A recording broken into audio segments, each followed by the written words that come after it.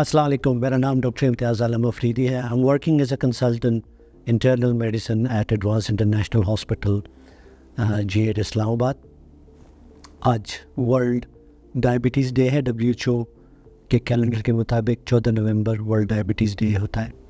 اور اس سال 2023 میں ان کے جو کمپین کا جو مین فوکس ہے وہ ہے پریونٹنگ ٹائپ 2 ڈائبٹیز میلائٹس، یعنی ٹائپ 2 ڈائبٹیز جو اس کے ایک ٹائپ ہے جو سب سے کامن ہے. 95% جو ڈائبٹیز ہوتے ہیں وہ ٹائپ 2 ہوتے ہیں جو ایج کے ساتھ. اپنی صحت سے متعلق معلومات کے لیے ہمارے YouTube چینل کو سبسکرائب کریں اور بیل کا بٹن دبائیں. جو ایج کے ساتھ ہوتا ہے اور ادر رسک فیکٹر جیسے فیملی ہسٹری ہوتی ہے اور لائف سٹائل، آپ کے کھانے پینے، رہن سہن اور ایکٹیویٹیز، اور اس ایج کی وجہ سے جو ڈائبٹیز ہوتے ہیں اس کو ہم ٹائپ 2 ڈائبٹیز بولتے ہیں. تو اس کو پریونٹ کرنا، اور اگر خدا نخواستہ جن لوگوں کو ہو جائے تو اس کو جو کمپلیکیشنز ہوتے ہیں اس کو کس طرح اس کے رسک کو کم کرنا ہے. تو جو ان کا ٹائٹل ہے وہ ہے no your risk and no your response, کہ آپ کو پتہ ہو کہ اس کے رسک کیا ہے، یعنی آپ کو اس کی کیا مشکلات آگے جا کے کمپلیکیشنز ہوتی ہے رسک سے مراد، اور اس کو کیسے آپ رسپونڈ کریں گے.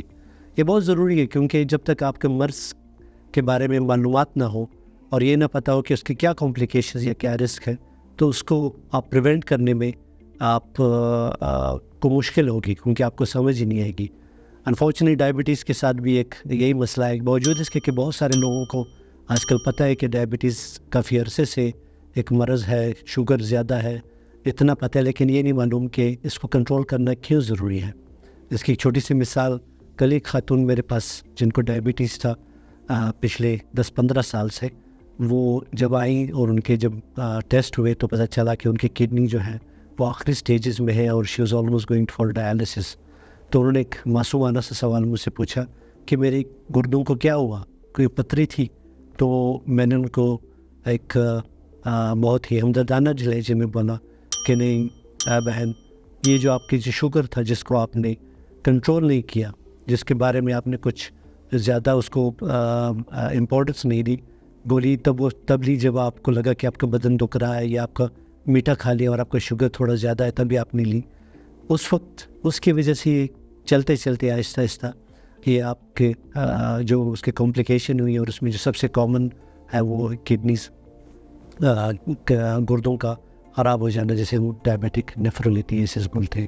اس طرح اور بھی ہے ہارٹ کے مسائل، ہارٹ فیل ہو جانا، اسٹروک، اس کے علاوہ آنکھوں کا ضیاء، یہ اس کی کمپلیکیشن ہے. پاؤں میں زخم آ جانا اور پھر اس زخم کی وجہ سے کبھی کبھار پھیل جائے تو اسے بہت ساری کمپلیکیشن جسے ڈائبیٹک فوٹ بھی بولتے ہیں.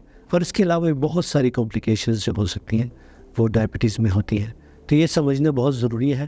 ڈائبٹیز ایک دائمی بیماری ہے، کرونک ویلنس ہے، یہ ایک دن میں نہیں ہوتی اور نہ ہی ایک دن میں اس کے کمپلیکیشن ہوتے ہیں.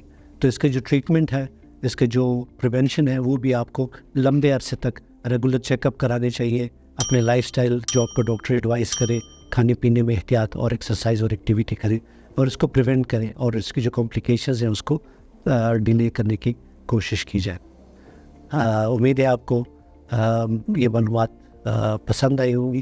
بہت بہت شکریہ. تھینک یو جی. السلام علیکم.